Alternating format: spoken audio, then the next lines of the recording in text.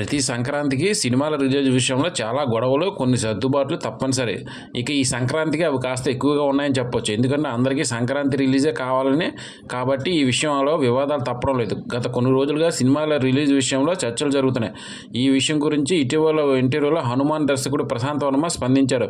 సంక్రాంతికి హనుమాన్ చిత్రం రిలీజ్ ఉంటుందా అని డైరెక్ట్గా అడగకుండా ఖాళీగా ఉందని జూబ్లీ హిల్స్ రోడ్డు మీదకు ఓ కుర్రాడు సైకిల్పై వచ్చాడు. అదే టైంకి అక్కడికి 4 కార్లు 2 బైకులు వచ్చాయి.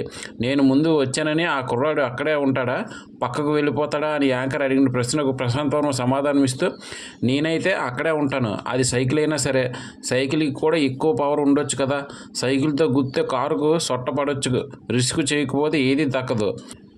నేను సినిమాల విషయమే తీసుకుంటే రెగ్యులర్ సినిమాలు చేయకుండా విభిన్నమైన దారిలోనే వెళ్ళాను. నేను చేసిన సినిమాలన్నీ రిస్క్తో కూడుకున్నవే.